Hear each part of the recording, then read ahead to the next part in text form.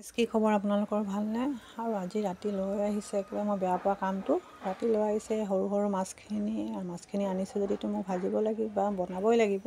তো কাটি বাছি ল'লোঁ ধুনীয়াকৈ, আৰু এতিয়া বনাব লৈছোঁ। সৰিয়হ পিচিলোঁ, সৰিয়হ জলকীয়া আৰু নহৰু আৰু নিমখ জলকীয়া দি মাছখিনি তৰকাৰীখিনি বনাব লৈছোঁ। অকলে আলুৰে বনাম আজি, বেলেগ একো মছলা তৰকাৰী পাচলি নিমিলাওঁ। ৰাতি মাছ আনিলে মোৰ বহুত বেয়া লাগে বাচিবৰ কাৰণে, আৰু আগবেলা সময়ত মাছ আনিলে কি হয় বাচি কিনে গা চা ধুই দিলে চাফা হৈ যায়। কিন্তু ৰাতি লৈ আহিছে এতিয়া তাজা তাজা মাছ পালে বুলি, আৰু উপায় নাই মোক বনাবলগীয়া হৈছে। আৰু একো পাচলিও নাছিলে, তো সেইটো কাৰণে মাছখিনিহে বনাই দিছোঁ। আৰু মাছখিনি প্ৰথমতে মই ভাজি ল'লোঁ কেইটামান কৰি, আৰু ভাজি লোৱাৰ পিছত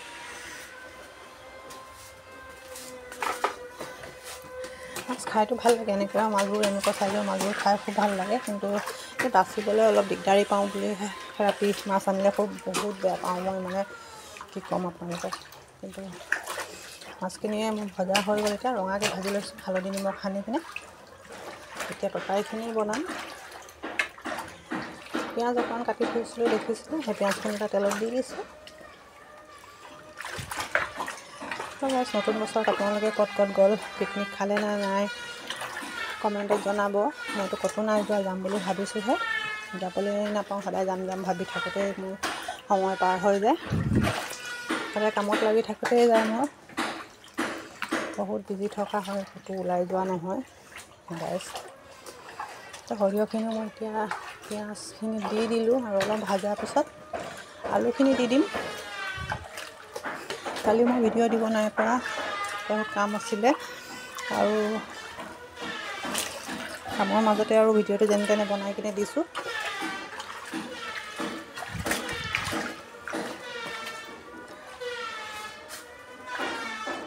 আজি একেবাৰে সুদা মাছ বনাইছোঁ, বিলাহীও নাইকিয়া, পাচলি চবেই শেষ হ'ল, অকলে মাছকেইটাই সৰিয়হ দি বনাইছোঁ। তথাপিও ভালেই লাগিব খাই, সৰিয়হ দি মাছ বনালে ভাল লাগে। আপোনালোকে বনাই নাজানো, মই প্ৰায় সৰিয়হ দি মাছ বনাওঁ, আগতো ভিডিঅ' দিছোঁ। তো আজি ৰেচিপি বুলি নাই দেখোৱা, আৰু এনেই ভিডিঅ'টো বনালোঁ। তথাপিও কেনেকৈ লাগিছে আপোনালোকে চাই কিনে ক'ব। অলপমান আলুখিনি ভজাৰ পিছত অলপমান সিজিব দি তাত মই পানী দিম।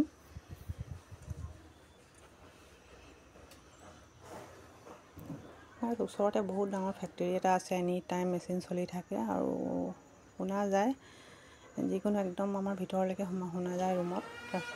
তো আপোনালোকে বেয়া নাপাব, প্ৰত্যেক ভিডিঅ'তে মই কওঁ একদম ফেক্টৰী আছে, একদম মেচিন চলি থাকে, বৰ বেয়া লাগে শুনিবৰ কাৰণে। এনি টাইম শুনি আমাৰ মূৰ বিষাই যায়, তথাপিও আমি শুনিবলগীয়া হয়, উপায় নাই। তো অলপমান পানী দি কিনে সিজিব দিলোঁ আলুখিনি, আৰু এতিয়া সিজি গ'ল। মই ইয়াতে মাছ দি দিম, আৰু মাছ দিয়াৰ পিছত অকণমান চুৰুৱা দিম।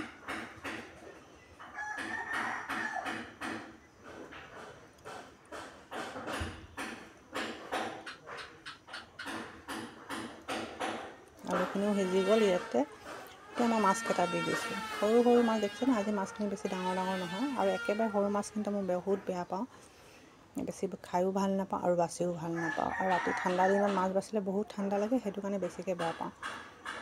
এতিয়া মাছখিনি দি কিনে মই কি কৰিম, পানী অলপ দি দিম, আৰু উতলি যোৱাৰ পিছতে মোৰ তৰকাৰী ৰেডি হৈ যাব।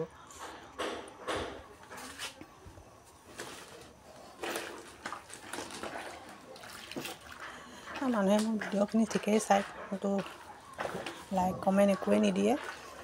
লাইক এটা দিলে তৰকাৰীখিনি এতিয়া উতলি যোৱাৰ লগে লগে মোৰ তৰকাৰীখিনি ৰেডি হৈ যাব। আৰু আপোনালোকে যদি প্ৰথম মোৰ ভিডিঅ' চাই, ছাবস্ক্ৰাইব কৰি দিব, লাইক এটা দিব। লাইক এটা দিলেও মনটো বহুত ভাল লাগে। আৰু মোৰ ভিডিঅ'টো চাই কেনেকৈ লাগিলে ক'ব। ইমান ধুনীয়া ৰঙা দেখাইছে তৰকাৰীখিনি, আৰু সৰিয়হ দি বনোৱাৰ কাৰণে ইমান ৰঙা নেদেখায়, বগাই দেখাই থাকে। মই ঢাকি দিলোঁ অলপ উতলিবৰ কাৰণে। মাছখিনি অলপ উতলি যোৱাৰ পিছত তৰকাৰীখিনি মোৰ ৰেডি হৈ গ'ল হৈছে। আৰু আপোনালোকে এনেকৈ বনাই কমেণ্টত জনাব, আৰু মই বেলেগ এটা ব্লগ লৈ আকৌ আহিম। আজিলৈ সামৰিছোঁ গাইছ।